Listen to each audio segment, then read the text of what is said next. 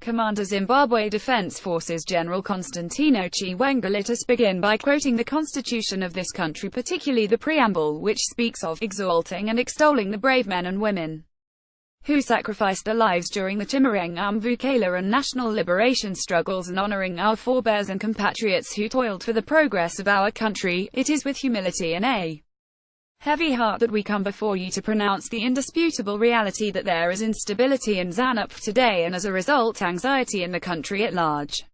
Zimbabwe's history is hinged on the ideals of the revolution dating back to the First Chimurenga, where thousands of people perished. ZanuPF is the political party that waged the Second Chimurenga for our independence, the struggle that caused the loss of over 50,000 lives of our people, the struggle in which many Zimbabweans, in one way or the other, sacrificed and contributed immensely for our liberation. Many of these gallant fighters still live on with the spirited hope of seeing a prosperous Zimbabwe, but also the hope of leaving behind inheritance and legacy for posterity. It is pertinent to restate that the Zimbabwe Defense Forces remain the major stockholder in respect to the gains of the liberation struggle, and when these are threatened, we are obliged to take corrective measures. Clearly, ZanuPF, having mainly been the only party that has ruled this country since independence, it had become a household name to most Zimbabweans across the political divide. Therefore, it is common cause that any instability within the party naturally impacts on their social, political and economic lives. Accordingly, there is distress, trepidation and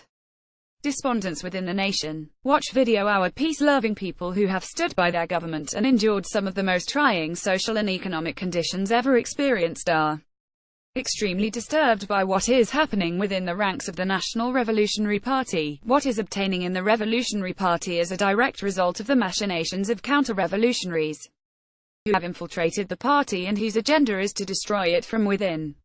It is saddening to see our revolution being hijacked by agents of our erstwhile enemies who are now at the brink of returning our country to foreign domination, against which so many of our people perished. The famous slogan espoused by His Excellency, the President of the Republic of Zimbabwe, head of state and government and commander-in-chief of the Zimbabwe Defense Forces, CDERD Mugabe, Zimbabwe will never be a colony again, is being seriously challenged by counter-revolutionary infiltrators who are now effectively influencing the direction of the party.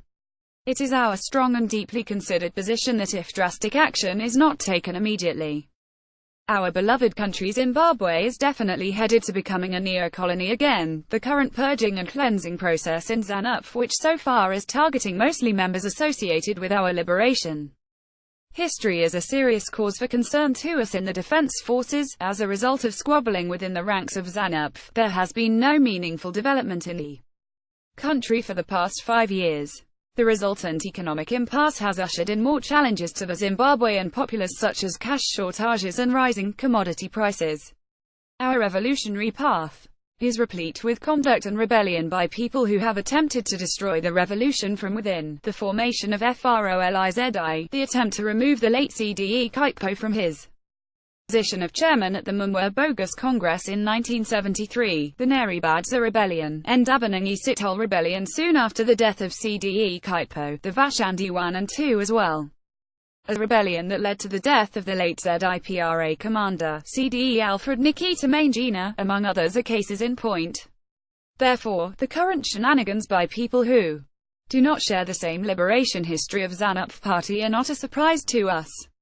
But what is significant to us and the generality of Zimbabweans is to remember that all these rebellions were diffused by the military, but at no point did the military usurp power. We must remind those behind the current treacherous shenanigans that when it comes to matters of protecting our revolution, the military will not hesitate to step in. ZanuPF's standing political virtues are a product of faithful adherence to the founding values, decorum, discipline, and revolutionary protocol in the ruling party. Party orders were strictly adhered to, and whatever differences existed, they were resolved amicably and in the ruling party's closet. Unfortunately, since the turn of 2015, ZanuPF's traditional protocol and procedures have been changed, with a lot of gossiping, backbiting and public chastisement being the order of the day. Indeed, the party is undoing its legacy built over the years. While our people may be persuaded to take what is going on in ZanuPF as internal political matters in that party, the truth remains that ZanuPF's conduct and behavior as a ruling party has a direct impact on the lives of every citizen. Hence, all of us, regardless of political affiliation, are affected by the party's manner of doing business. From a security point of view, we cannot ignore the experiences of countries such as Somalia, DRC, Central Africa Republic and many others in our region, where minor political differences degenerated into serious conflict that had decimated the social, political and economic security of ordinary people. Section 212 of the Constitution of Zimbabwe mandates the Zimbabwe Defense Forces to protect Zimbabwe, its people, its national security and interests and its territorial integrity, and to uphold this constitution.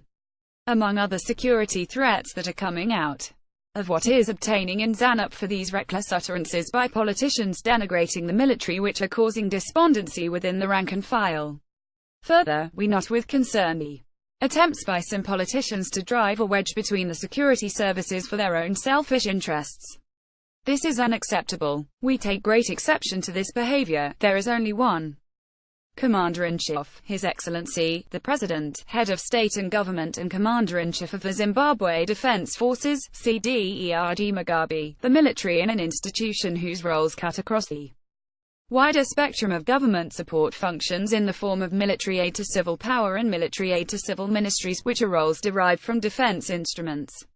Therefore, we want to state, here and now, that the history of our revolution cannot be rewritten by those who have not been part of it.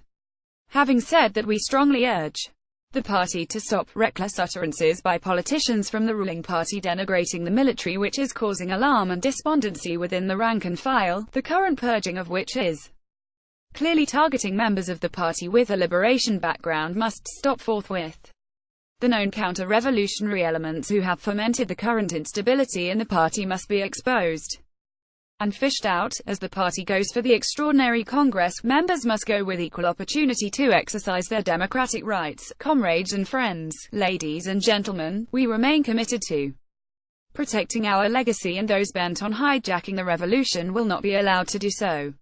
Further, we must understand that the freedoms that we enjoy today were as a result of supreme sacrifice by some of our countrymen and women, and this must not be taken for granted. Let us remove this air of uncertainty and allow Zimbabweans to enjoy their freedoms and rights as enshrined in the national constitution.